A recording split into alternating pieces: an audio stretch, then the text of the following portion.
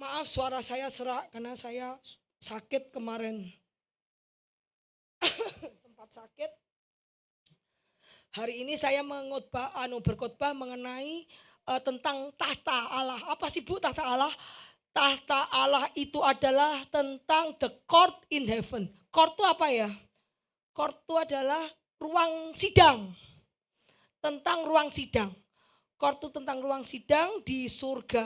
Jadi kalau kita ada apa-apa di sini masuk pengadilan. Ingat ya, kita kalau utang sama bank dilelang masuk pengadilan enggak? Masuk pengadilan. Itu pengadilan dunia ya. Kalau di surga namanya court of heaven, pengadilan surga. Jangan dikira yang ada pengadilan cuma dunia, maaf. Di surga pun ada ruang pengadilan. Ya. Jadi kenapa Tuhan memperlihatkan ayat keempat dan kelima itu tentang ruang pengadilan surga. Bagaimana orang-orang berkumpul untuk menentukan nasib manusia atau nasib bumi. Ya, jadi kalau kita lelang bank, kita amit-amit ya, rumah disita bank, itu sebelum melakukan lelang itu pasti harus masuk ke pengadilan dulu. Termasuk kalau ada yang enggak bawa helm ya benar ya, ada yang enggak bawa helm, enggak bawa STNK, ditilang. Kamu di pengadilan enggak? Pengadilan. Karena kamu bersalah. Pada saat kamu bersalah, itu mulai ruang pengadilan dibuka. Dan Wahyu 4 ayat dan Wahyu 5 itu tentang pengadilan surga yang menentukan nasib bumi. Amin. Karena kemarin Pak Gembala sudah berkhotbah mengenai 7 gereja. 7 gereja itu di chapter 3, ini chapter 4 itu mengenai tahta surga, yaitu pengadilan surga. Apa yang terjadi di pengadilan surga? Mari kita buka. Supaya kita tahu. Jadi ayat tuh ya, Alkitab tuh tidak hanya sebatas dibaca tok. Tetapi setiap kata mengandung arti. Pada saat kamu menggali, kaget loh, wah iya ya ternyata begini. Di sini kita akan belajar bagaimana ini adalah pengadilan tahta surga untuk menentukan nasib bumi. Karena bumi bersalah enggak? Bersalah. Yes. Karena Adam jatuh dalam dosa, dia bersalah.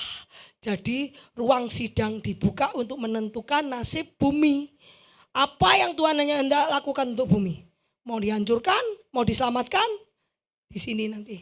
Yuk kita buka ayatnya. Kita lihat, kita ingat dulu, kita flashback dulu pesan 7 gereja. 7 gereja itu adalah bahwa Yesus menampakkan diri kepada Yohanes Pembaptis untuk 7 gereja. 7 gereja itu adalah 7 jemaat, adalah 7 anak-anak Tuhan. 7 karakter anak-anak Tuhan, itu 7 gereja. Mari kita buka ayatnya. Wahyu 2 ayat 26, 27. Ini saya flashback ya, karena 7 gereja ada kaitannya dengan seal, meterai. 7 gereja ada kaitannya dengan tahta, ada sekali. Nanti kita lihat hubungannya. Yuk. Jadi Wahyu 2 ayat 26, ini kemarin khotbah Bapak. Barang siapa menang dan melakukan pekerjaanku sampai kesudahannya, kepadanya akan dikaruniakan apa? Kuasa. Berarti apa? Crown, kuasa. Ya, jadi kalau kamu dikasih mahkota, enggak cuma mahkota tok, tetapi kamu dikasih kekayaan, kekuatan, dikasih wilayah, dikasih semua dominion. Kamu berarti dikasih untuk rule. Rule itu memerintah atas bangsa dan negara tertentu yang Tuhan pilih. Jadi kita lihat, melakukan pekerjaanku sampai kesudahannya, kepadanya akan kukaruniakan kuasa atas bangsa-bangsa. Ini adalah pesan Yesus kepada 7 gereja. Ya, di ayat kemarin. Yang kemarin datang ke gereja, lihat YouTube-nya. Kemudian ayat 27, dan ia akan memerintah mereka dengan tongkat besi. Mereka akan diremukkan seperti tembikar tulang periuk sama yang kuterima dari Bapakku. Yesus diremukkan enggak sama Bapaknya? Diremukkan. Yesus diremukkan. Yesus enak enggak dapat mahkota enak, ongkang-ongkang di bumi, naik pesawat jet gitu, santai-santai makan enak, Yesus gitu? Oh tidak. Yesus diremukkan sama bapaknya. Yesus mengalami pencobaan? Yes. Yesus mengalami masa Ayub? Yes. Ya, Yesus mengalami semua sakit hati, ganjaran, ini dikhianati, semua Yesus alami. Yesus diganjar juga di bapaknya sebelum dia dapat mahkota. Jadi kalau tidak ada suffering tanpa mahkota, kamu mau mahkota mau enak-enak nggak bisa. Tidak ada penderitaan dengan adanya penderitaan kamu akan menerima mahkota. Karena itu Yesus lihat bahwa mereka akan diremukkan sama seperti yang kuterima dari Bapak. Yesus juga diremukkan sama Bapaknya sampai dia mengalami mahkota. Kita lihat ayatnya, barang siapa menang ia akan kududukan bersama-sama dengan aku di atas tataku. Sebagaimana kalau aku menang, kamu akan duduk bersama-sama aku di tahtaku, ya. Kalau sebagaimana aku telah menang dan duduk bersama dengan Bapakku di atas tatanya.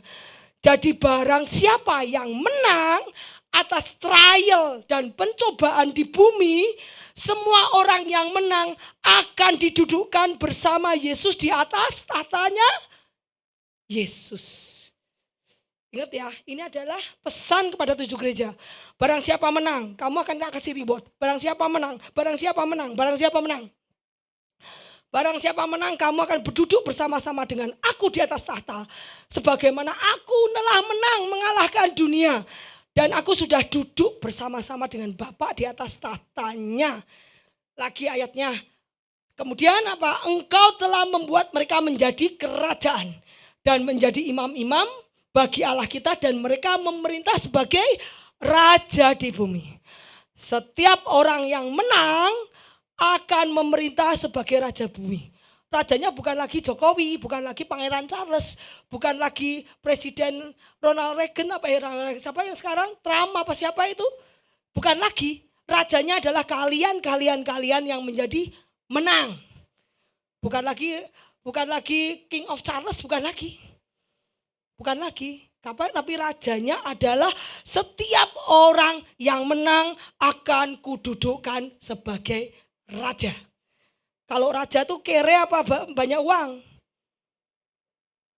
Banyak uang. Makanya Tuhan berkata apa? Carilah dulu dan kerajaannya dan apa? Maka semua lah, enggak usah cari semuanya. Yang namanya raja itu diberikan power, kekuatan, kekuasaan, kekayaan, diberikan wilayah. Bahkan kita rumah aja enggak beli. Sekarang kita rumah beli enggak? Zaman Eden beli enggak? Betul? Apalagi raja. Pemerintah dikasih enggak sama Tuhan? Kita di sini aja ngontrak ya. Satu peta aja berapa M tuh? 1,5 M aja. Aduh rumahnya aduh kecil. Nah, di Taman Eden bayar enggak rumah? Gratis. Wow. Uang itu yang menciptakan adalah sistem dunia. Uang. Di surga enggak ada uang-uangan. Ngerti enggak? Di surga itu semua gratis diberikan kepada anaknya. Makanya kita diberikan ahli waris. Ahli waris itu bayar enggak? Gratis enggak? Gratis. Ahli waris itu kalau orang tua saya kaya, tiba-tiba saya dapat, Ida kamu tak kasih 50 miliar, itu namanya ahli waris. Benar enggak? Kalau saya dapat uang terus saya kerja, itu bukan ahli waris, itu namanya bekerja. Betul? Kalau ahli waris itu namanya kita dapat gratis. Wow, ngerti gak? Makanya kita harus belajar Alkitab supaya tahu apa yang menjadi janji Tuhan kepada anak-anaknya orang percaya. Dan janji itu akan diklaim saat Yesus datang mendirikan kerajaannya. Kalau sekarang belum. Kenapa? Kerajaannya masih kerajaan dipegang dunia. Pada saat Yesus datang memberikan kerajaannya, anak-anaknya akan diberikan dominion, kekuasa, pemerintahan, dan diberikan wewenang untuk memerintah. Dan tidak usah beli, gratis. Karena semua tanah milik siapa? Tuhan. Tuhan mau nyiptakan tanah mah gampang. Tiang, jadilah tanah. Ya, betul? Wong dia menciptakan alam semesta dengan firman.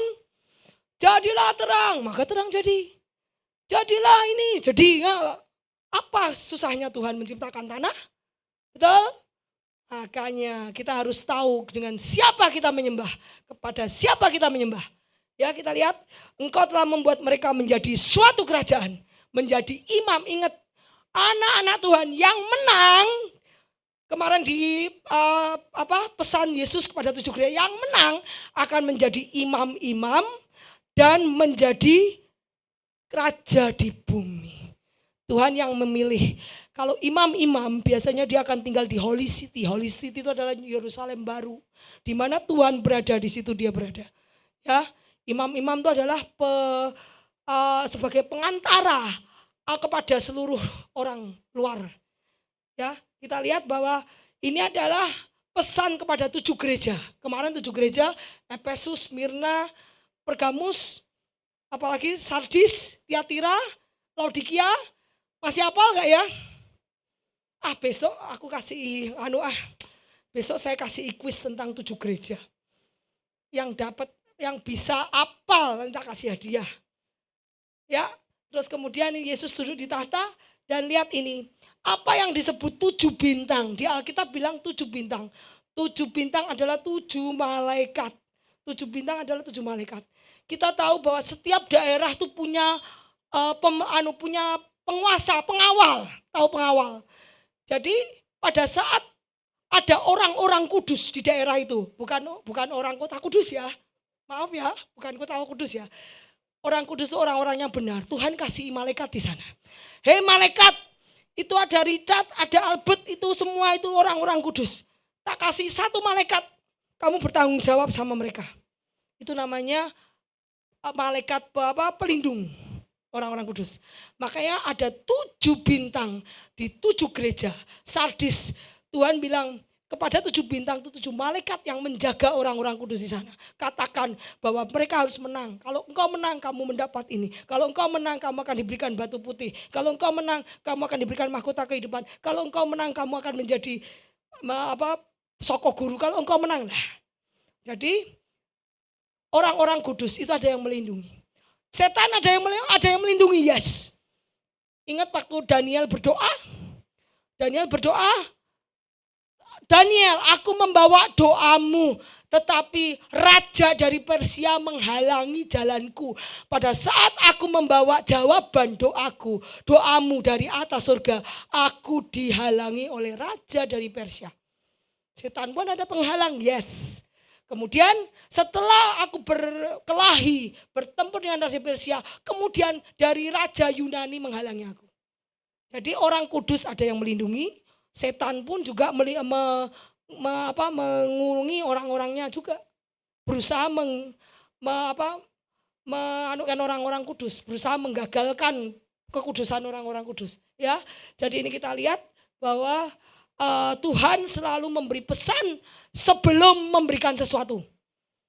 Ya, kan supaya kita dengar. Lihatlah yang punya telinga, kemarin apa? Lihatlah yang punya telinga mendengar, ya enggak? Kita semua punya telinga enggak? Ayo mendengar. Yuk kita lanjut. Kita lihat nih. Wahyu 20. Berbahagialah kuduslah ia yang mendapat bagian dalam kebangkitan pertama. Kebangkitan pertama kita tahu bahwa orang yang mati dalam Kristus akan dibangkitkan. Betul. Kematian yang kedua tidak berkuasa lagi. Pada saat kamu orang kudus bangkitkan, kamu sudah diberikan kubuh kemuliaan. Sehingga kamu tidak bisa mati lagi. Jadi tubuhmu sudah seperti tubuh Adam dan Hawa saat belum jatuh masuk dalam dosa. Jadi kamu sudah tidak bisa mati lagi. Tetapi mereka, kematian kedua tidak berkuasa atas mereka. Kematian dua itu apa? The second death itu adalah lake of fire. Lake of fire itu adalah lautan api. Apa yang disebut kematian dua? Kematian dua itu adalah pengadilan tahta putih. Itu setelah selesai millennium kingdom, kerajaan 1000 tahun, semua orang jahat akan dibangkitkan untuk diadili. Dan masuk ke kematian kedua. Ya.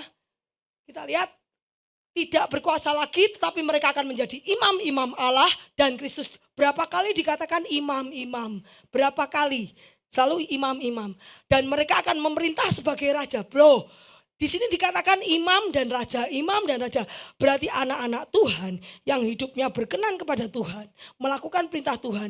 Yang menang akan dijadikan imam dan raja di kerajaannya Tuhan. Bersama-sama dengan dia 1000 tahun lamanya. Jadi Yesus itu punya 2 tahta. Tahta sekarang adalah di surga.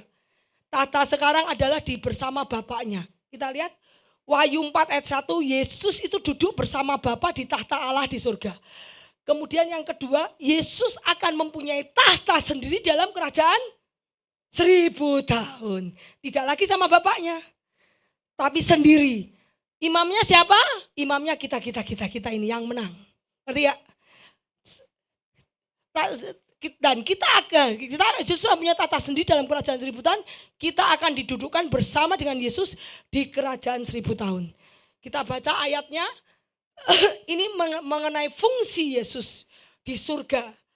Fungsi Yesus sekarang di surga. Kita lihat ayatnya Zakaria. Katakan beginilah firman Tuhan. Inilah orang yang bernama Tunas. Tunas itu adalah branch. Ia akan bertunas dari tempatnya, akan mendirikan bait Tuhan. Dialah yang akan mendirikan bait Tuhan dan dialah akan mendapat keagungan. Dan akan duduk memerintah di atas tahtanya. Di sebelah kanannya akan ada seorang imam. Dan pemufakatan tentang damai akan ada di antara mereka berdua. Yesus ini berfungsi sebagai raja dan imam yang duduk di sebelah kanan Allah Bapa. Sekarang Yesus kerja enggak? Kerja. Sebagai apa? Imam. Yes. Sekarang Yesus di surga nganggur? Mau tidak. Yesus tuh sekarang ada di sini. Yesus ada di sini. Dia melihat doa-doamu, menerima doa-doamu, memberikan kepada Bapa, menerima doa-doamu. Yesus ada di altar of incense, dupa. Jadi dupa itu adalah doa-doa orang percaya, pujian-pujianmu. Kita lihat bahwa Yesus sebagai raja dan imam yang duduk di sebelah kanan Allah Bapa. Nah, kita lihat ayatnya, sebab imam besar yang kita punya bukan imam besar yang tidak dapat turut merasakan kelemahan kita. Sebaliknya sama dengan kita, ia telah berbuat dosa enggak? Tidak berbuat dosa. Jadi Yesus kalau sebagai imam, dia tahu enggak kesulitan kita. Dia tahu enggak kita enggak punya uang. Dia tahu enggak kita dikhianati. Dia tahu enggak kita lagi stres. Dia tahu enggak kita pengen lagi sangat stres, pengen sekarat. Iya kan? Nah, Wong Yesus bilang, aduh aku sampai ingin mati rasanya. Ada ayatnya? Ada. Pada Yesus di mana saat itu? Getsemani, ingat enggak? Karena apa? Begitu stres. Tapi Tuhan, Yesus dikuatkan oleh malaikatnya. Yesus tahu keadaan kita. Dikhianati pernah, diolok pernah, disakiti sering, dihina sering. Ya toh? Sudah baik, diperlakukan tidak baik sering enggak? Sering.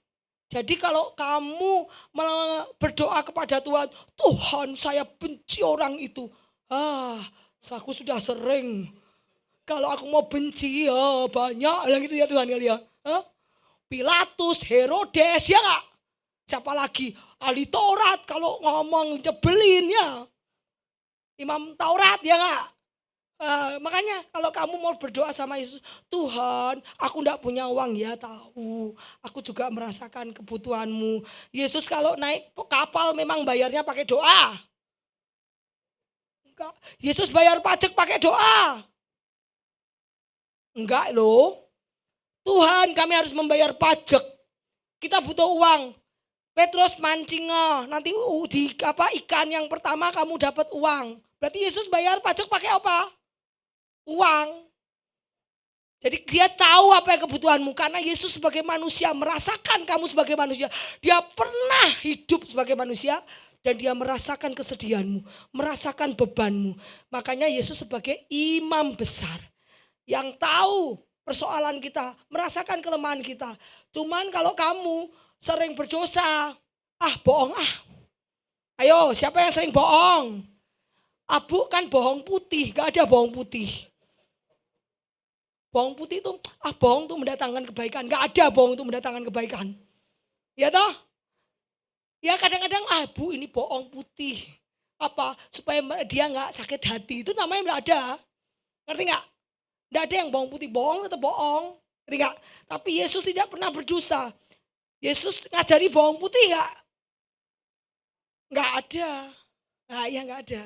Makanya jangan bilang bohong putih. Bohong putih itu, Bu saya ngomong gini supaya gak sakit hati. Lah itu gak boleh. Kalau sakit hati ya sudah, urusannya dia. Ngerti gak? Ya jangan bilang bohong putih lagi. Karena Tuhan tidak pernah mengajarkan kita untuk bohong putih.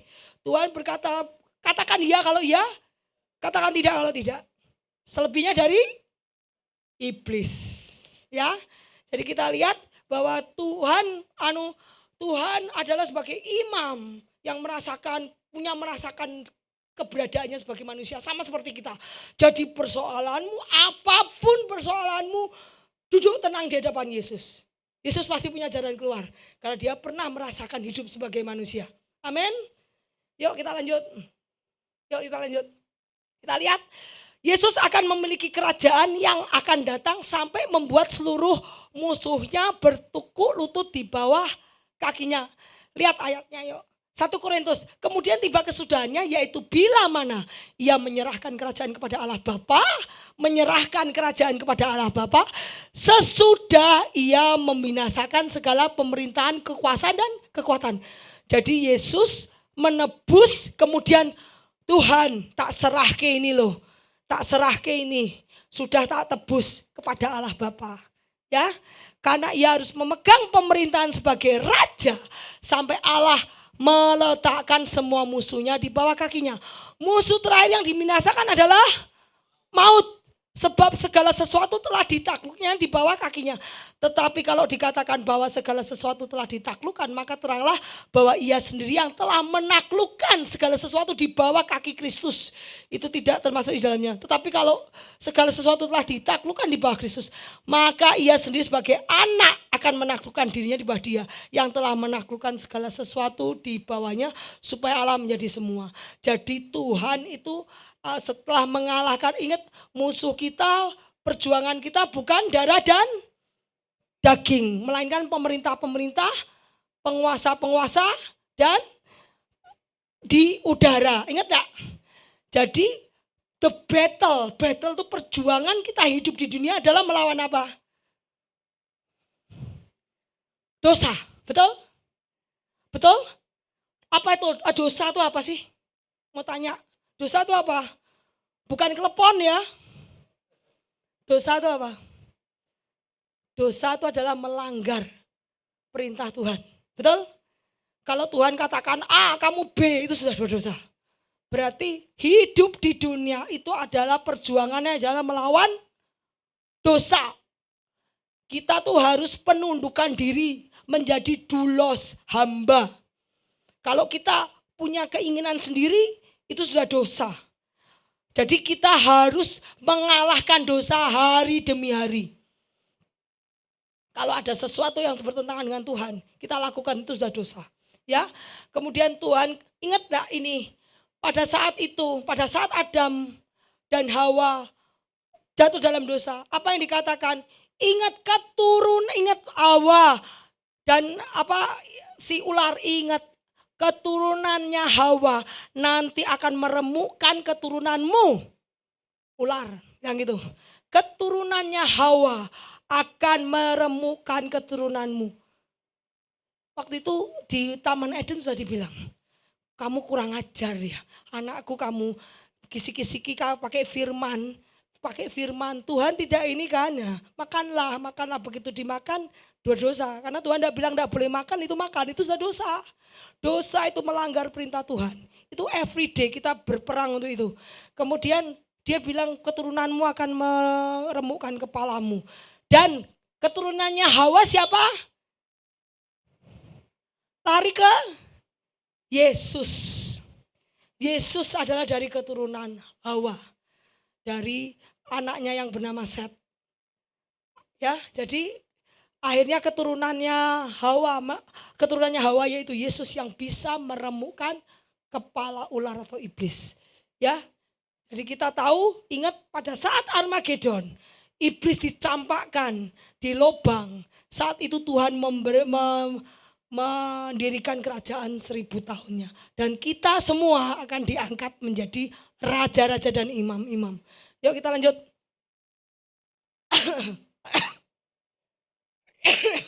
Lanjut yuk. Halo, ini mana orangnya? Oh lagi anu. Kita tahu bahwa battle kita setiap hari kita berperang melawan dosa. Kita harus menaklukkan dosa supaya hidup kita perfect, sempurna di dunia ini. Seperti Kristus semua. Kita lihat nih, karena perjuangan kita bukan melawan darah dan daging, tapi pemerintah, penguasa, penghulu darah, musuh yang terakhir dibinasakan adalah maut. Kita lihat ayatnya bahwa Yesus bilang, aku yang hidup, aku telah mati. Tapi lihatlah aku hidup selama-lamanya, aku pegang kunci kerajaan maut. Nah Wahyu 3 ya, jadi kita lihat bahwa perjuangan kita adalah, jadi Yesus turun ke dunia untuk mengalahkan dosa. Untuk diuji yes, karena Adam juga diuji. Kalau enggak adil, Tuhan enggak adil toh. Adam diuji kok, kenapa kamu enggak diuji? Yesus diuji yes. Yesus mengalami keadaan manusia yes. Tapi Yesus tidak berdosa. Dan karena Yesus tidak berdosa, Yesus bisa mengalahkan maut. Barang siapa yang tidak berdosa, dia akan dibangkitkan. Dan Yesus akan mengalahkan maut dan dia bangkit menjadi tubuh kemuliaan. Dan dia mengalahkan maut dan memegang kunci maut. Sehingga setiap orang yang percaya kepada Yesus tidak binasa, tetapi mempunyai kehidupan. Mereka yang mati akan dibangkitkan lagi. Karena Yesus punya kunci kerajaan maut. Ya, kita lihat dari itu ceritanya, kita lihat Wahyu 3. Wahyu 3 itu akhir dari gereja. Kemarin kita belajar Wahyu 3, 7 gereja, Laodikia, Sardis, Tiatira, dan Wahyu 4 itu adalah permulaan dari 7 meterai. Kita lihat Wahyu 3, karena engkau menuruti firmanku untuk tekun menantikan aku, ini penting ya. Ini penting sekali, ini adalah ayat untuk masuk ke dalam Wahyu 5 meterai. Ini ayat untuk masuk ke dalam Wahyu 5 meterai. Kita baca sama-sama. Karena engkau menuruti firmanku untuk tekun menantikan aku, maka aku pun akan melindungi engkau dari hari pencobaan yang akan datang atas seluruh dunia untuk mencobai semua yang diam di bumi. Ingat, kita semua ada di dalam cobaan Tuhan.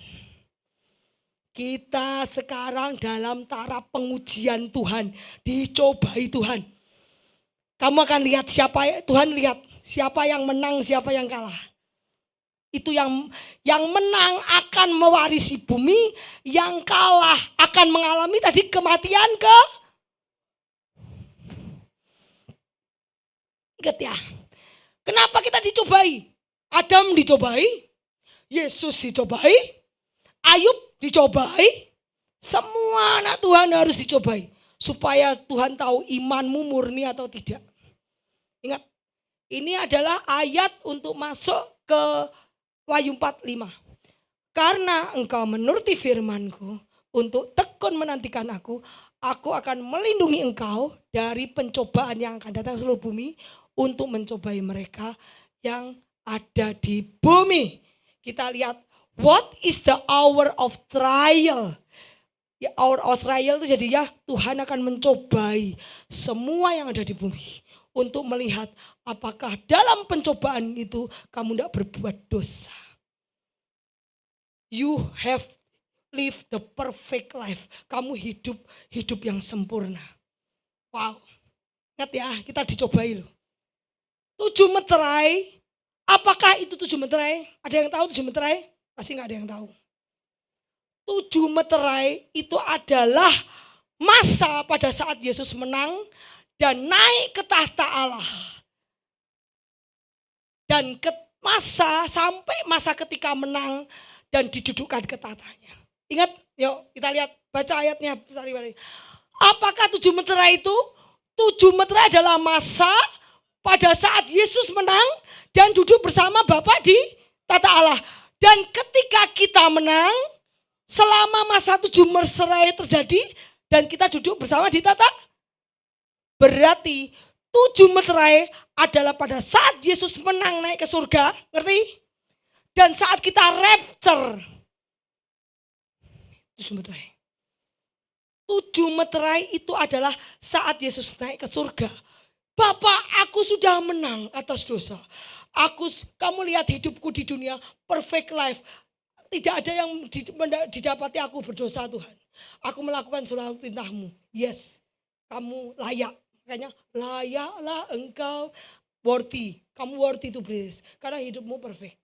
Setelah Yesus hidup perfect life di dalam dunia, dia naik ke surga. Dia berhak duduk di kanan Allah Bapa. Dan saat itu Tuhan melihat anak-anaknya, apakah kamu mencontoh hidup Yesus. Pada saat kamu rapture, kalau rapture itu berarti kamu sudah layak, ngerti gak? Kamu sudah layak. Pada saat rapture nanti kamu juga duduk di sebelah kanan Tuhan. Itu adalah 7 meterai. Jadi 7 meterai adalah selama Yesus naik ke surga, di bawah ini masih di bumi. Di bumi Tuhan kasih trial. Di bumi kasih apa? Cobaan. Yesus naik ke surga. Pak, cobalah anak-anakku. Kalau dia mengasihi aku, dia sungguh-sungguh beriman aku, dia akan menang. Dia akan naik bersama-sama aku, memerintah bersama aku Bapak. Sama Bapak dicoba enggak? Iya, karena everybody harus dites. Pada saat Yesus naik ke surga, di bawah dibuka meterai. 1, 2, 3, 4, 5, 6. Di antara 7 meterai itu bisa lihat imanmu di mana. Dan kamu tahu bahwa meterai ke-7 itu sudah rapture. Saat meterai 1, 2, 3, 4, 7 diangkat. Yang diangkat itu menandakan hidupmu sudah perfect life. Yang diangkat, tidak diangkat, hidupmu belum perfect. Masih cemar, masih berselah. Kamu harus tinggal sedikit lagi di bumi. Dan mengalami another trial. Trialnya lebih besar lagi, yes. Yang namanya ujian ya, ujian ringan dulu enggak? Habis ini naik tingkat enggak? Ya. Kita lihat ya, jadi yuk kita lanjut. Jadi itulah 7 meterai. Yuk kita lanjut. Kita lihat yuk. Wahyu 4 adalah kejadian bahwa surga itu mempersiapkan kedatangan Yesus sebagai pencapaian dan kemenangan Yesus atas penebusan dosa manusia di bumi. Jadi Wahyu 4 ini terjadi sebelum Yesus masuk ke surga. Jadi sidang itu baru mempersiapkan kedatangan Yesus. Kenapa? Pada saat manusia hidup dalam dosa, saat Adam kehilangan hak waris atas bumi, kepemilikan bumi, saat itu Bapak sudah stres. Aduh, bumi mau tak kasih ke Adam, diambil si itu setan, diambil si ular. Aku harus merancangkan plan of redemption. Plan itu rencana penebusan. Aku harus ngambil alih dari setan. Caranya aku harus mengalahkan iblis. Caranya aku harus tidak berdosa supaya supaya kepemilikan bumi tidak lari ke iblis. Dan Tuhan merencanakan rencana penyelamatan penebusan atas manusia. Kalau tidak, semua manusia akan dibantai. Kita semua akan habis, kita akan mati semua. Saya lihat ini, oh Tuhan, berarti kita semua mati. Ingat, karena setiap orang sudah kehilangan kemuliaan Allah ya. Karena setiap orang sudah berbuat dosa dan kehilangan wajib dihancurkan. Wow, saya lihat meterai ini, waduh Tuhan. Kalau enggak, kita yang di bumi habis semua, kita sudah pasti lari ke neraka semua. Pasti. Mau ganteng-banteng, mau cakep-cakep, mau apa, wis tetap larinya ke sana semua. Tetap jelek. Yang dibakar tuh lebih bagus apa jelek sih? Ya kan? Nah, kita lihat yuk. Kita lihat ya. Ini chapter 4 itu adalah pengadilan, ruang pengadilan surga. Bagaimana Allah Bapa merencanakan plan itu rancangan penebusan untuk bumi. Bumi itu dianggap hilang. Sama Bapak tuh hilang. Memang ciptaan di dunia cuma bumi. Oh enggak. Bapak nyiptakan angin, Pluto. Yang orang bilang Pluto, planet Mars, Uranus, apa? Banyak itu. Memang cuma bumi. Buat Bapak lah ngilangke bumi mah gampang ya. Bumi tak hilangke tak bung. Buat bumi baru tung. Gampang enggak? Gampang. Kita tuh debu tahu enggak di mata Tuhan. Tuhan kalau mau ngilangkan gampang banget. Tetapi kenapa? Tuhan kasihan. Apakah kalau ada orang yang kudus, Tuhan hilangkan? Kalau ada orang yang percaya sama Tuhan, Tuhan hilangkan? Ayo. Makanya kadang tawar-menawar. Yesus tawar-menawar. Bapak, masa kalau ada orang yang kudus, orang yang benar-benar melakukan perintahku, masa kamu hancurkan? Ya sih, masa dihancurkan ya? Nggak adil toh ya. Kalau orang jahat dihancurkan wajar. Bapak gampang buat bumi tinggal jadilah bumi, maka bumi jadi. Buat kita tuh earth itu, bumi itu dianggap hilang, fallen world. Fallen itu dunia yang jatuh. Di alam semesta nggak ada yang jatuh, cuman jatuh bumi. Kenapa? Karena iblis dilemparnya ke bumi. Kenapa kok enggak iblis enggak dilempar ke planet Saturnus ya? Supaya bumi enggak jahat gitu loh. Kita tahu itu rencana Tuhan supaya untuk mencobai umatnya.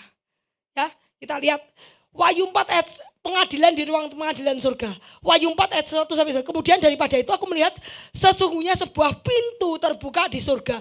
Dan suara yang dahulu telah kudengar berkata padaku, naiklah kemari dan aku akan menunjukkan kepadamu apa yang harus terjadi sesudah ini. Segera aku dikuasai oleh Roh dan lihatlah tahta terdiri di surga. Di tahta itu duduk seorang dan dia yang duduk di tahta itu nampak seperti permata yaspis, sardis, suatu pelangi melingkupi tahta Allah, gilang gemilang bagaikan samrud rupanya. Apa lambang pelangi? Bukan LGBT ya. Apa lambang pelangi? Janji Allah. Jadi Allah kalau janji akan menepati janjinya. Tetapi sekarang pelangi diplesetkan oleh iblis. Jadi apa? LGBT. Ya tak? Sebetulnya itu adalah janji Allah. Bahwa Allah tidak akan menghukum anaknya dengan air bah lagi. Dan janji itu Allah ingatkan di atas tahtanya. Disesatkan, dipakai itu. Setan tuh enggak kreatif. Pengen ikut-ikutan ya. Jadi lambang Bapak dipakai untuk LGBT. Yuk, jadi pelangi melingkupi tahta itu gilang gemilang bagaikan samrud. Nih, jadi lambang pelangi ini bukan lambang LGBT tetapi lambang pada saat Nuh diselamatkan dari air bah. Adalah merupakan janji Tuhan. Kalau Tuhan promise, Tuhan pasti menggenapi. Ya. Yuk kita lihat lanjut. Dan sekeliling tahta itu ada 24 elder tahta. Dan tahta-tahta itu duduk 24 tua-tua yang memakai pakaian putih dan mahkota emas di kepala mereka. Dan dari tahta itu keluar kilat, bunyi guru yang menderu, 7 obor menyala-nyala. Di depan tahta namanya 7 roh Allah. 7 roh Allah ada di depan tahta. Di sebelah sini apa itu? Altar of incense, dupa ya. Untuk apa? Abu dupa itu. Ingat kamu lihat, kita lihat ya. Kita lihat sebelah sini supaya kamu tahu. Ini menarik sekali. Ini menarik sekali. Kita lihat di sini ada 7 roh Allah, betul? Ini ada apa ini? Abu dupa. Tempat Yesus berdiri untuk sebagai imam ada di sini. Imam untuk doa-doa kita diterima Yesus itu ada di sini. Ini adalah sebagai 7 roh Allah ya. Kita lihat. Pintu membawa kita kemana? Ruang kudus. Pintu itu membawa kita ke tempat ini. Ke tempat ini pintu. Di surga. Lihat ini adalah in between. Kamu lihat kenapa saya kasih taplak dunia. Karena daerah sini ini dunia semua. Lokasinya di dunia. Yang ini adalah surga. Ingat tata Allah di depan. Ini adalah surga, ini surga, ini surga, ini adalah in between. In between tuh antara surga dan bumi. Ini bumi, ini surga.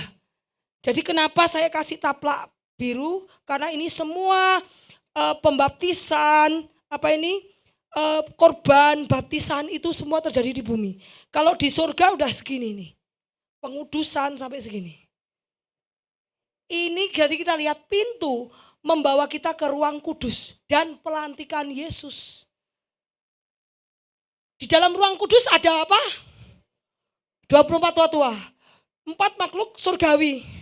4 makhluk surgawi tadi kemarin apa? Lembu, rupanya manusia, rupanya singa, dan elang. Ya, kita lihat. Suatu tunas akan keluar dari tunggul Isai. Dan taruh akan tumbuh dari pangkalnya. Roh Tuhan akan ada banyak. Kita tahu roh Tuhan apa aja? 7 roh. Roh hikmat, pengertian, roh nasihat, perasaan, roh pengenalan, takut akan Tuhan. Betul? Ya, itu ada di depan tata Allah tuh. Di depan tata Allah. Jadi pada saat Yohanes melihat ke surga, dia lagi melihat ruang kudus, bukan maha kudus, ruang kudus. Kenapa? Karena ada altar, ada apa? Roh Allah di sini, ngerti gak? Jadi di sini dia ada di ruang kudus, ya. Pintu membawa kita ke ruang kudus di surga. Di dalam ruang kudus ada 24 tua-tua, 24 tahta, 4 makhluk surgawi dan 7 roh. Yuk lanjut. Kita lihat. Mata-mata melambangkan kebijaksanaan. Para serafim berdiri di sebelah sayapnya, masing-masing punya 6. 2 sayap dipakai untuk menutupi muka mereka. Ini serafim, simbol dari serafim. Menutupi muka mereka. Ini 2 sayap dipakai untuk menutupi kaki mereka, dan di sayap dipakai untuk melayang-layang. Jadi ini adalah creature yang ada di surga. Jadi bentuknya seperti saya lihat di sini. Nah, kita lihat bahwa ini dunia di sini nih. Satu dunia. Ini holy place. Tuhan ada di mana? Tuhan ada di sini. Setiap hari kamu berdoa, doamu Tuhan berdiri di depan altar mezbahmu untuk memberikan doamu kepada Tuhan. Jadi Allah di sini, ini Roh Kudus di sini. 7 candlestick. Yuk kita lanjut. Nah, seperti ini kita lihat covenant itu apa? Penghakiman. Bapak sudah menghakimi belum? Belum. Karena pada penghakiman tahta putih. Kapan penghakiman tahta putih? Setelah akhir hidup orang. Setelah akhir hidup manusia, itu penghakiman tahta putih. Berarti Bapa atau Yesus belum ada di sini. Yesus ada di situ setelah millennium kingdom. Yesus akan di sini dan judging orang-orang. Ya, kemudian sekarang ini adalah altar of incense, itu life kehidupan. Kamu hidup karena firman. Candlestick, kamu dikasih Roh Kudus. Roh Kudus. Table of showbread itu the truth. Truth itu adalah aku roti hidup. Ingat tak roti hidup? Barang siapa yang makan aku, kamu tidak haus lagi. Barang siapa yang minum aku, kamu tidak akan haus dan dia akan lapar lagi. Kenapa? Kita lihat di sini ada 2 roti. Ada yang tahu? 2 roti ini menambangkan Bapa pemberi roti pada saat di padang gurun. Ingat? Israel keluar padang gurun dikasih roti apa? Mana tiap hari. Dan satu adalah Yesus sendiri adalah si roti. Yesus bilang apa? Akulah roti hidup, adalah firman. Ngerti? Jadi pada saat kamu percaya kepada roti hidup, melakukan firman, kamu akan diberi mana setiap hari. Jadi kalau bilang jangan kekurangan uang, kamu tidak ngerti firman Tuhan. Karena di depan ini ada 2 roti. Dua roti itu adalah melambangkan Bapa pemberi roti, pemberi mana, everyday mana, God providence, penyediaan Tuhan day by day. Dan yang di sini adalah Yesus sebagai roti hidup, yaitu firman. Barang siapa yang melakukan firman, yang hidup di dalam firman-Mu, Bapa memberikan roti day by day. Wow. Jadi jangan ada bilang kekurangan. Aku enggak punya deposito, enggak apa-apa. Saat kamu melakukan firman Tuhan, apapun yang kamu minta di dalam namaku, Bapa akan melakukannya. Wow, jadi dua roti ini adalah sebagai Bapa pemberi roti dan Yesus sendiri sebagai roti hidup sendiri. Karena Yesus bilang, akulah roti hidup, akulah firman yang keluar dari mulut Bapa, tapi yang menjadi manusia yaitu aku. Jadi kalau engkau mengikuti ajaranku, melakukan firmanku, jangan khawatir akan hidupmu. Aku akan memberikan mana setiap hari, air tak berikan. Pada saat dia di padang gurun, tidak mungkin orang Israel kekurangan makan, kekurangan menang perang enggak? Pakai apa? Senjata, tombak lengkap? Tidak. Tuhan yang berperang. Kamu mau masuk Yeriko, tolong kamu niup trompet aja. Mana ada orang niup trompet langsung kota dijarah habis, ada? Gak ada. Itu adalah penyediaan Tuhan, perlindungan Tuhan. Ini adalah dua roti ini menambahkan hadirat Tuhan. Ini menambahkan a covenant, bait Allah di bumi. Di surga perlu enggak? Penyediaan enggak perlu. Karena kamu sudah masuk ke Holy City. Holy City air susu berlimpah ruah. Kamu sudah, kalau kamu jadi domba, kamu sudah masuk ke padang gurun yang hijau. Enggak perlu disediain makanan lagi, ngerti? Kenapa? Jadi tempat ini tuh adalah earthly. Earthly itu di bumi. Di bumi kamu masih perlu uang, kamu masih perlu makanan, kamu masih perlu kebutuhan hidup. Makanya tuh ini tempat kita yang tadi dilihat itu di holy place. Karena apa? Di holy place, di bumi kamu masih membutuhkan semuanya dan Bapa itu tahu. Saat engkau datang ke Bapa, Tuhan akan memberikan kamu roti setiap hari. Dan Allah, kalau kamu melakukan firman-Nya, kamu akan terus diberi roti. Jadi tidak usah takut kekurangan. Saat kamu melakukan firman Tuhan, saat itu alam semesta, ini alam semesta ya, tunduk pada perintah siapa? Our Creator, pencipta kita. Saat kau melakukan firman-Nya dan kau butuh sesuatu, berdoalah kepada Tuhan. Maka Tuhan memerintahkan alam semesta untuk memberikan kepadamu. Benar? Kenapa? Karena alam semesta ini ada dalam ciptaan Tuhan. Semua penciptaan harus tunduk pada Creator, penciptanya. Itu namanya God providence, penyediaan Tuhan. Ya, kita lihat bahwa di sini adalah penyediaan Tuhan, di sini adalah doa-doamu, di sini adalah Roh Kudus. Kenapa Roh Kudus? Karena kamu dikasih tahu, firman Tuhan gini-gini. Kamu ingat enggak sekarang? Besok pasti sudah lupa, betul? Gak usah besok keluar dari ruangan ini aja udah lupa. Bu Ida khotbah apa? Aduh, apa ya? Ya benar ya? Betul? Tapi dengan Roh Kudus yang ada di dalam kamu, dia ngingetin. Oh iya, saya ingat Bu Ida pernah itu Roh Kudus yang ada di dalammu mengingatkan. Remind you, negur kamu kalau kamu salah. Ngingetkan, menuntun kamu jalan kebenaran.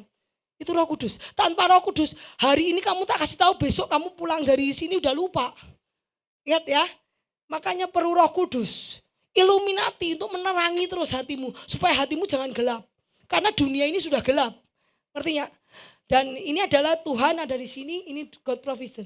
Kita lihat di sini bahwa Allah Bapa ini a covenant. Saya lama di sini ntar, yuk. Supaya kita tahu bahwa jangan khawatir tentang apa-apa juga. Karena itu adalah janji Tuhan. Semua makhluk surga menyanyikan lagu untuk menyembah Sang Pencipta. Allah Bapa sebagai Creator, pencipta, perancang semua ciptaannya. Yesus yang melakukan rencana Allah. Jadi Allah Bapa dan Yesus itu sama-sama both Creator. Bukan Allah saja. Karena Allah itu perancang. Orang bilang arsitek ya. Arsitek kalau tidak ada yang bangun bisa jadi enggak?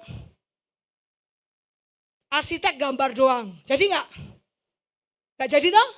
Harus ada yang melaksanakan. Jadi Allah itu adalah planner. Planner itu apa ya? Perancang.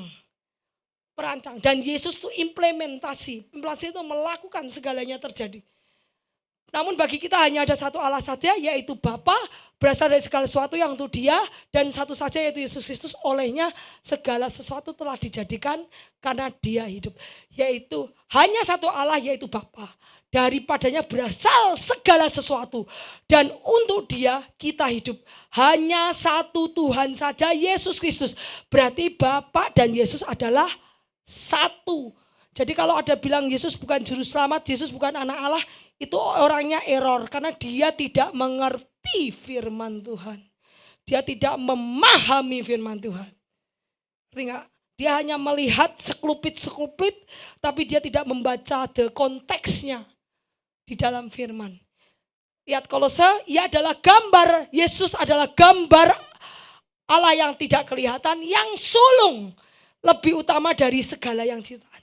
Yesus adalah gambar yang tidak kelihatan, karena di dalam Dialah telah diciptakan segala sesuatu.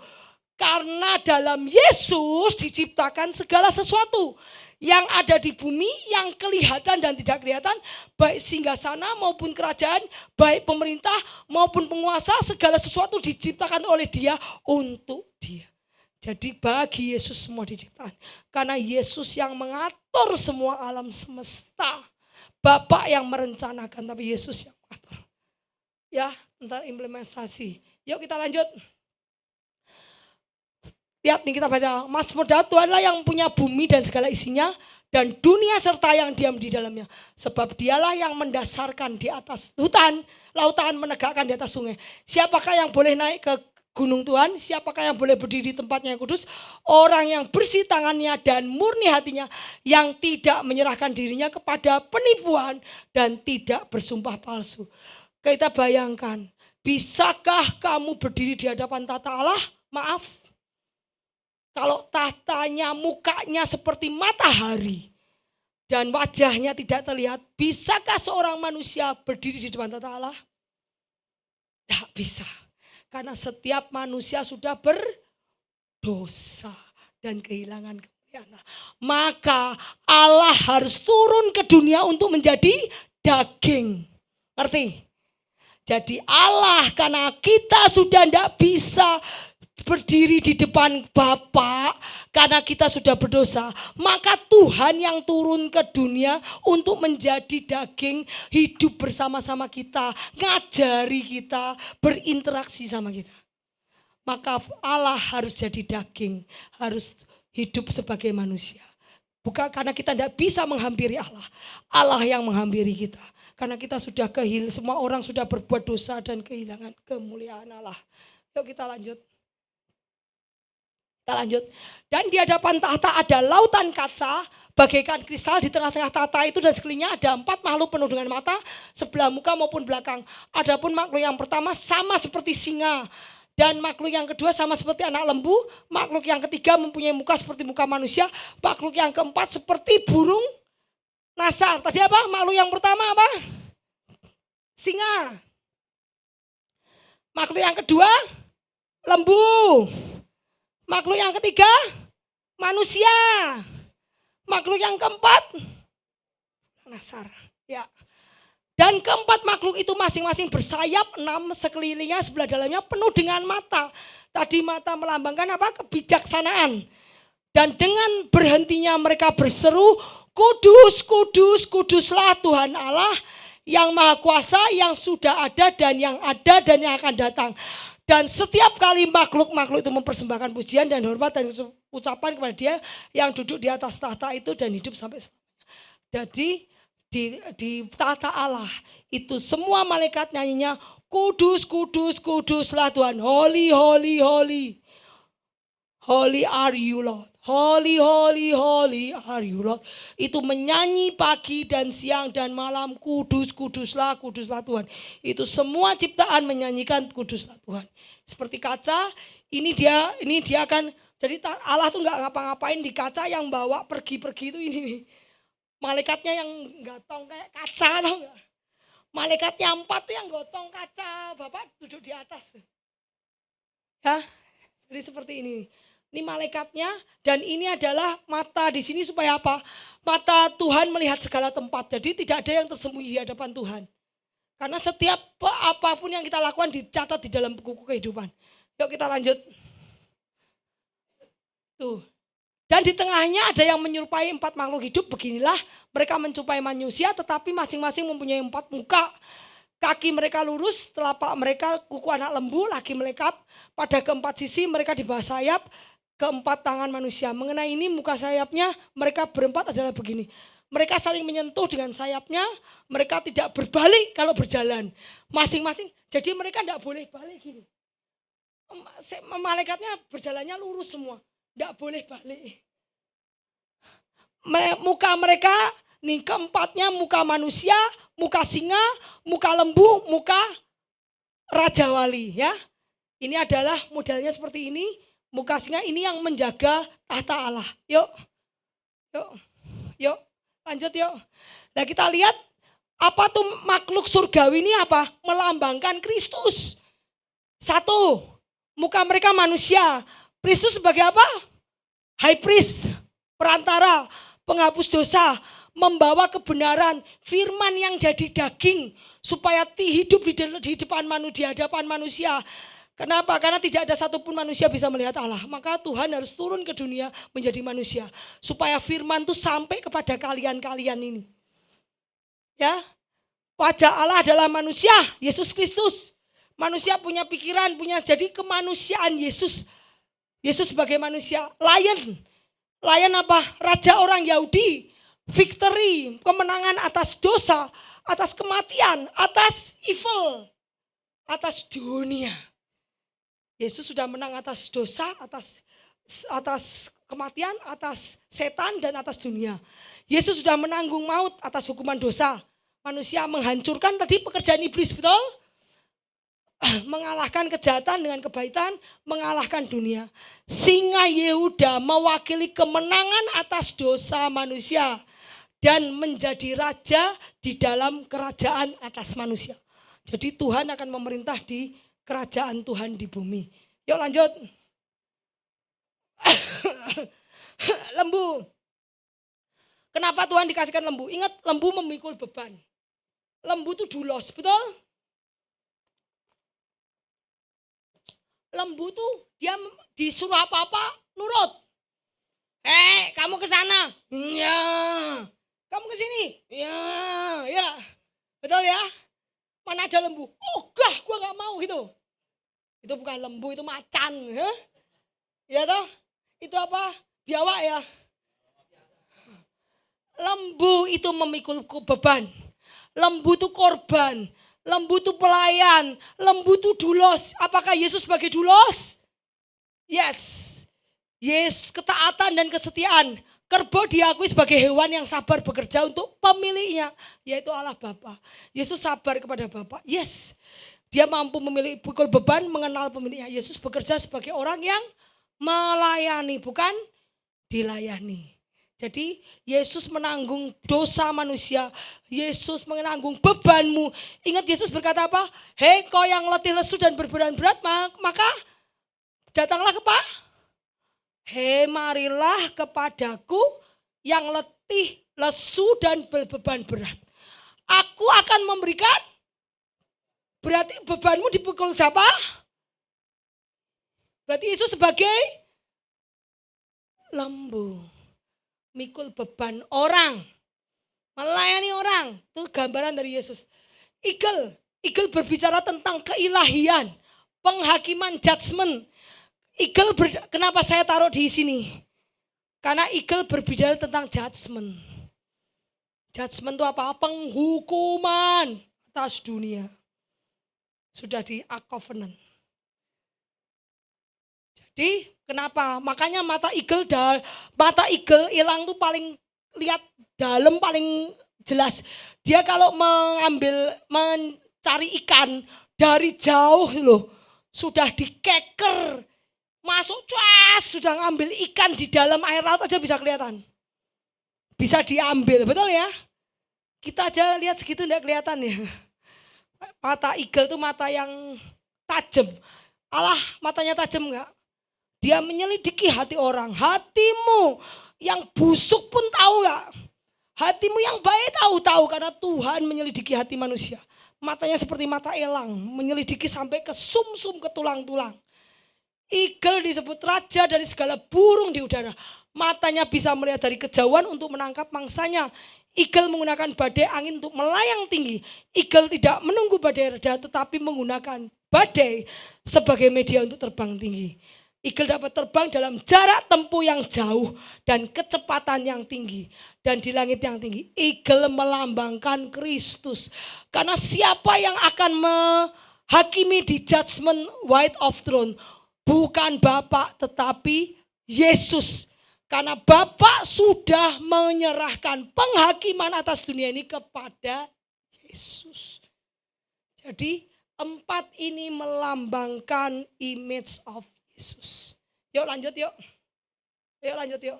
Kita lihat, maka tersungkurlah kedua empat itu di hadapan dia, yang duduk di atas tahta itu mereka menyembah dia dan hidup sampai selamanya. Mereka melemparkan mahkota. Kenapa kok dilemparkan, Mbak? Kenapa kok dilemparkan?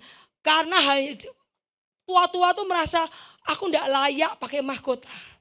Karena kau yang layak. Kenapa? Kamu sudah turun ke dunia manusia, kamu rela berkorban untuk manusia, kamu rela menderita untuk manusia, dan kamu layak ditinggikan.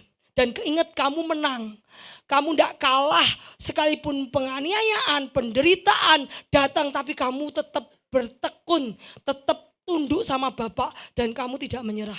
Itu tandanya bahwa dia melemparkan mahkota, tanda ini mahkotaku. Aku mau memahkotai Yesus dengan mahkotaku. Karena Yesus crown with many crown. Yesus layak dimahkotai dengan banyak mahkota. Ya Tuhan Allah kami, Engkau layak menerima ciptakan segala oleh karena kehendak-Mu semua diciptakan. Yuk kita lanjut. Nah ini kita lihat ke ayat kelima. Tadi kita enggak ada Yesus gak?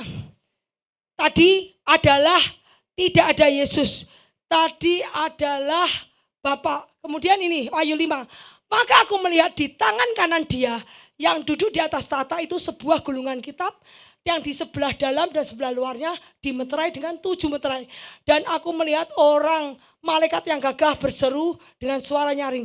Siapakah yang layak menerima gulungan kitab itu dan membuka meterainya? Tetapi tidak seorang pun di surga, yang di bumi, yang di bawah bumi tidak dapat membuka gulungan kitab itu atau dapat melihat dalamnya. Aku menangis dengan amat sedih karena tidak seorang pun yang layak untuk membuka gulungan kitab itu. Kok pada nangis kenapa, Bu? Kitab ini apa? Kitab ini adalah will. Will itu adalah ahli waris bumi. Apa planning rencana Tuhan atas dunia? Setelah kejatuhan Adam dan Hawa, Tuhan merencanakan plan of redemption. Rencana penebusan. Dan itu sudah ditulis Tuhan dan disil di sini.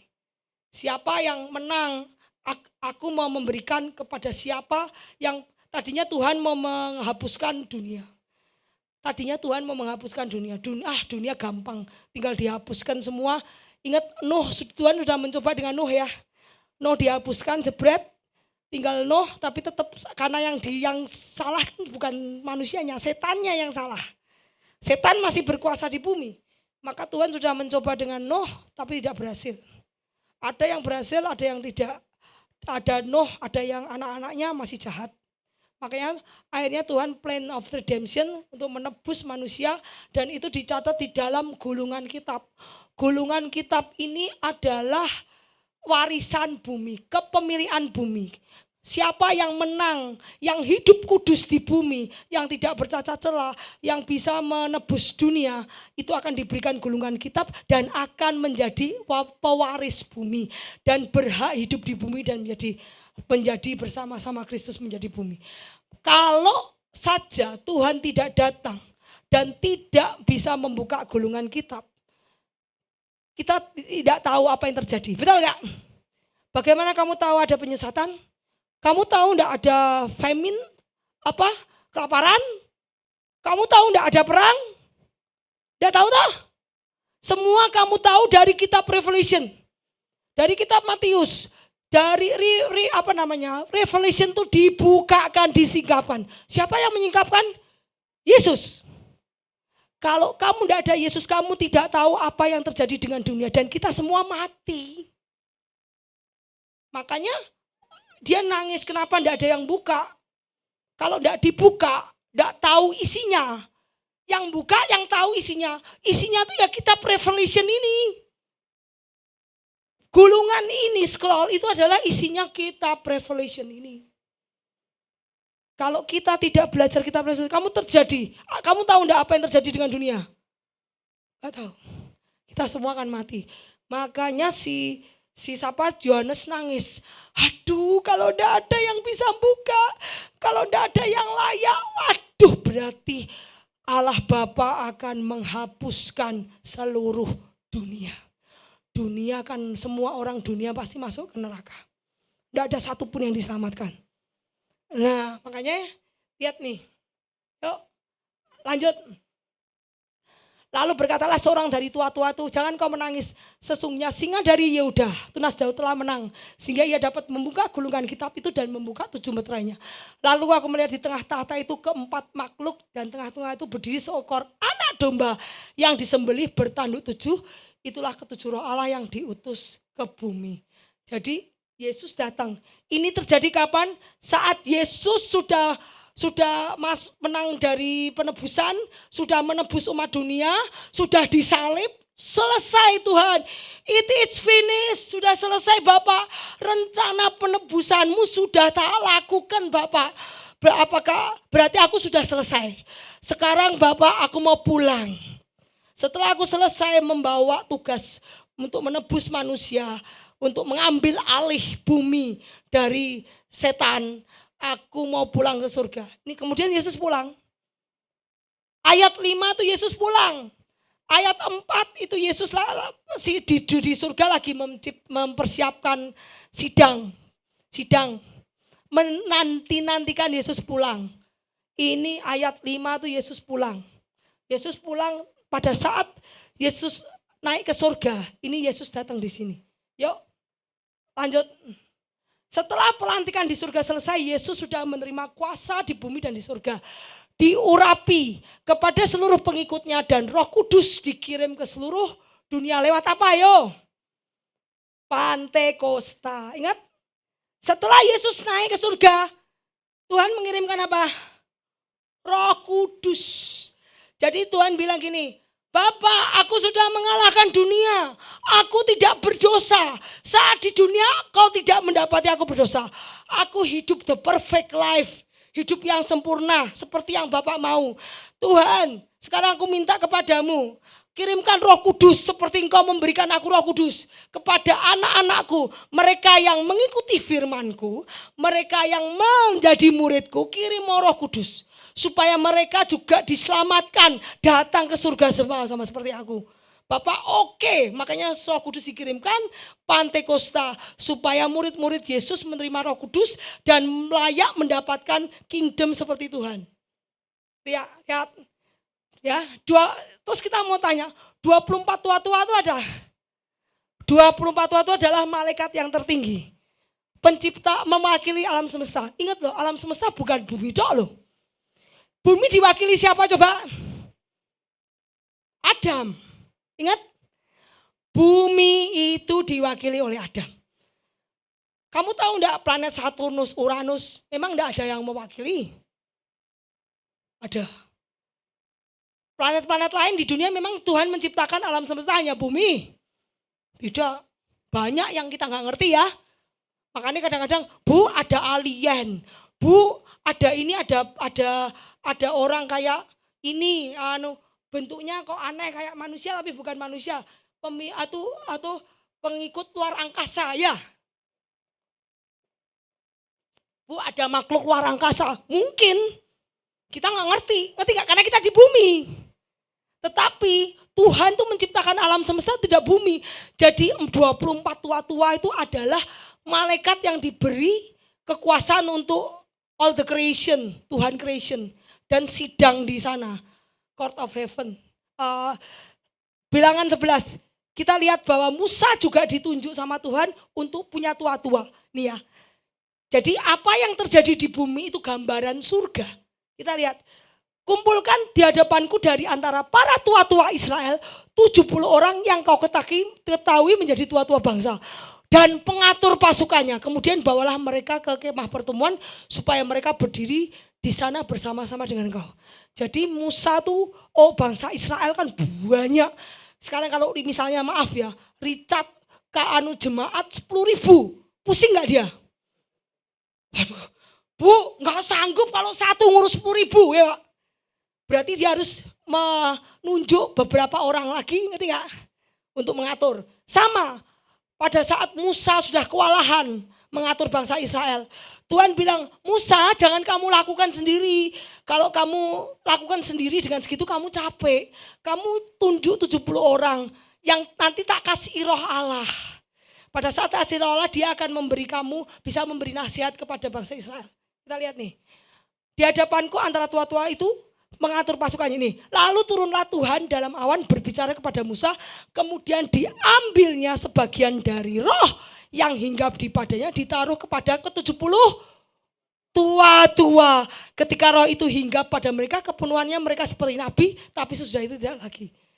Nah, jadi waktu Musa mengepalai bangsa Israel, Musa juga gak sanggup. Bayangkan kalau 10 orang minta konseling, mabuk Musa. Baru 10 orang, 200 orang bisa baterainya lowbat ya. Bener gak? Makanya Tuhan bilang sama Musa, kamu jangan gitu. Kamu kalau mau ngonselingi orang segitu banyak enggak kuat toh. Kamu pilih 70 orang. Nanti orang yang kamu pilih tak kasih Roh Kudus. Supaya dia punya roh hikmat, nasihat, satu frekuensi dengan Tuhan. Makanya apa yang disebut tua-tua di situ adalah pemimpin alam semesta. Dan ingat bumi diwakili oleh Adam. Ingat pada saat Ayub berkata, waktu pada saat setan menggodai Ayub, Tuhan berkata, "Hei, di manakah kamu setan? Kamu lagi kemana?" "Oh Tuhan, saya lagi berjalan-jalan ke bumi. Saya lagi berjalan-jalan memutari bumi." Kenapa? Iblis hadir di konsulat Tuhan.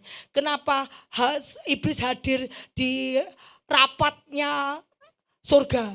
Karena iblis menjadi wakilnya bumi. Karena pewakilan bumi sudah diambil dari Adam. Karena Adam sudah berdosa, diambil oleh setan. Maka itu waktu menggodai Ayub, dia bilang, "Hei Ayub, di manakah engkau?" "Oh, aku sedang berjalan-jalan." Iblis, dari mana engkau?" Bapak tanya sama iblis, "Aku lagi berjalan-jalan mengelilingi bumi. Kamu lihat hambaku Ayub, dia setia." Wah, terus lagi nuduh-nuduh. Itu karena kenapa iblis ada di courtroomnya Tuhan? Karena dia sebagai pembawa wakilan dari bumi. Sekarang perwakilan bumi bukan diambil iblis lagi. Sejak Yesus mati di kayu salib, perwakilan bumi diambil oleh Yesus. Jadi iblis tidak mungkin lagi naik ke surga.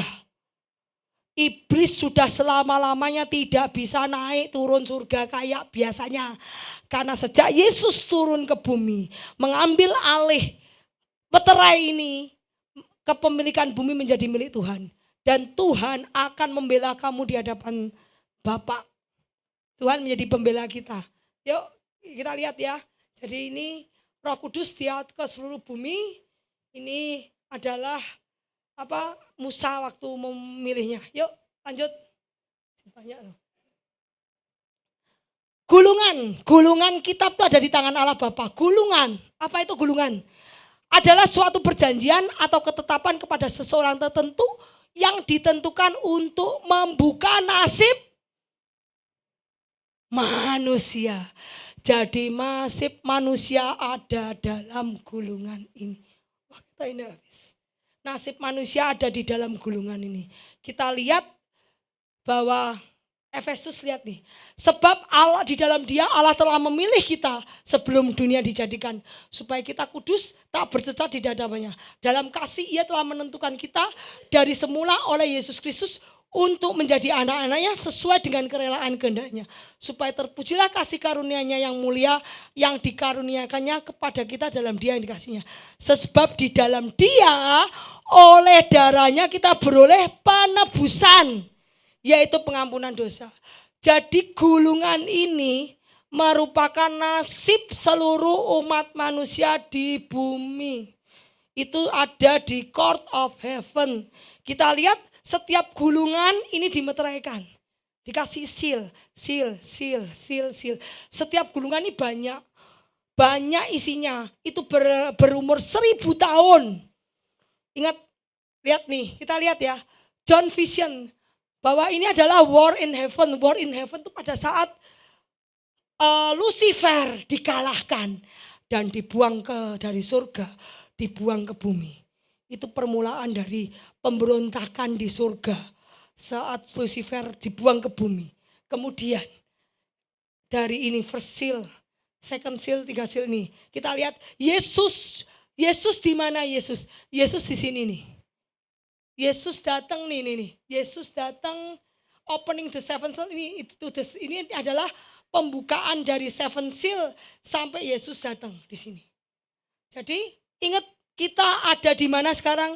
Kita ada di seal yang ke-6. Kita ada di masing-masing seal itu 1000 tahun. Jadi seal pertama ini 1000 tahun. Seal kedua 1000 tahun. 1000 tahun, 1000 tahun, 1000 tahun, ini 1000 tahun dan ini adalah Millennium Kingdom. Millennium Kingdom itu adalah menuju masa ini adalah kerajaan 1000 tahun, ini menuju masa ke 1000 tahun. Jadi pentingnya seal apa? Seal itu menunjukkan 7 hari Tuhan. 7 hari Tuhan, setiap satu seal dibuka, itu masa 1000 tahun hilang. Setiap seal lagi masa 1000 tahun hilang. Dan seal yang ke-7 itu bercerita tentang kerajaan 1000 tahun yang akan dipimpin oleh Tuhan. Dan Indonesia dan bumi menjadi Kingdom of Christ di sini.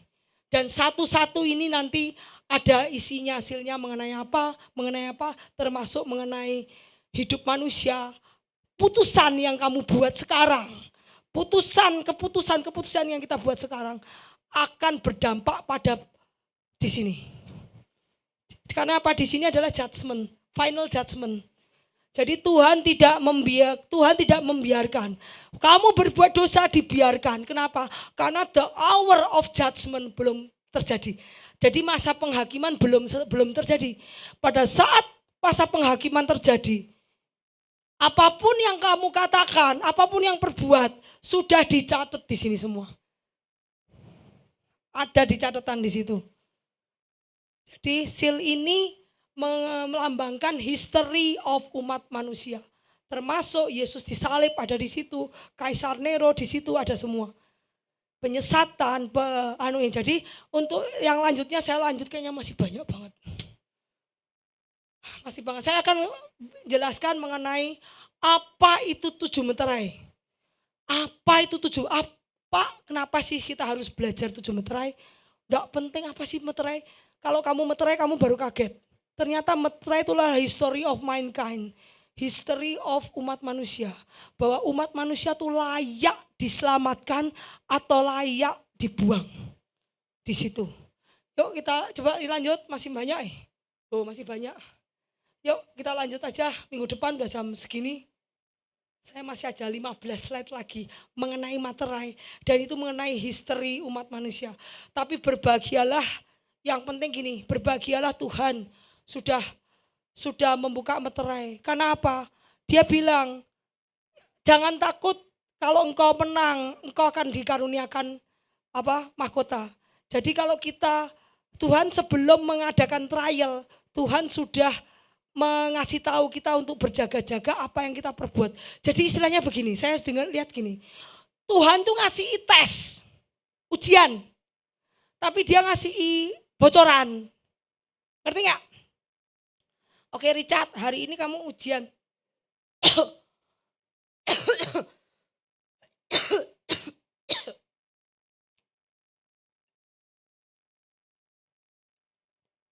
Hari ini kamu ujian. Tapi tak pakai bocoran. Nanti kalau kamu gini, nanti kamu gini ya. Ngerti gak? Jadi Yesus tuh saya lihat gitu. Saya melihat pada saat di 7 gereja. Apa kata Yesus? Hendaklah yang bertelinga mendengar. Janganlah ini, jika engkau menang. Janganlah ini, ingatlah kamu akan dikirimkan ke penjara. Tapi bertahanlah, ingatlah gini-gini. Lihatlah yang kamu punya telinga mendengar. Kalau engkau menang. Jadi Tuhan sudah ngasih bocoran. Sebelum kita dimasukkan ke pencobaan, trial on the earth. Tuhan ngasih bocoran. Ingat, jadi kamu harus ingat pesan Tuhan. 7 gereja itu penting. Supaya pada saat kita masuk ke 7 seal. Kita sekarang masuk di 7 seal. Jujur kita masuk di dalam seal ke-6. Karena tahu seal 7 adalah rapture. Kita ini sudah masuk di seal ke-6. Mau ke sini. 6 sama 7 itu langsung. Pada saat rapture langsung matahari menjadi gelap. Langsung bintang turun. Itu kita sudah ada di seal 6. Dan ingat Tuhan sudah memberikan bocoran supaya kita tetap setia. Jadi seal 7 seal itu adalah probation, masa pencobaan Tuhan. Supaya dilihat kita layak enggak naik bersama-sama dengan Tuhan. Ya, jadi itu hari ini saya selesai itu. Kita lanjut minggu depan karena masih banyak. Saya begitu belajar tentang seal ini, kaget saya. Ternyata seal itu tidak sembarang buka apa. Ternyata itu adalah history of mankind. Karena Tuhan mau menghapuskan seluruh bumi. Tetapi dia melihat bahwa kalau ada 10 orang saja yang baik. Masa yang baik mau dihapuskan semua Tuhan? Yesus bilang ya udah yang baik ikut naik bersama-sama aku. Itulah kenapa. Ingat saudara-saudara, saya sudah mempelajari kitab Wahyu sudah lama. Dan kita sekarang ada di 6 seal. Tinggal kita menunggu langit hitam. Apa itu? Sampai tak tulis di situ tuh. Bulan jatuh. Saat itu kita sudah terlambat orang untuk berbuat mengaku dosa. Karena saat itu altar of incense akan dibuang ke bumi. Pada altar of incense ini dibuang ke bumi sudah tidak ada pengampunan lagi. Tuhan sudah tidak lagi berfungsi sebagai imam agung. Tetapi Tuhan sudah menanggalkan jubahnya sebagai imam. Dia akan memakai jubah sebagai raja. Raja yang datang untuk menghakimi bumi. Ya, jadi nanti saya lanjutkan untuk depan. Karena seal ini ternyata penting banget. Saya begitu membaca, wow. Kalau tidak kita semua percuma, mati pasti.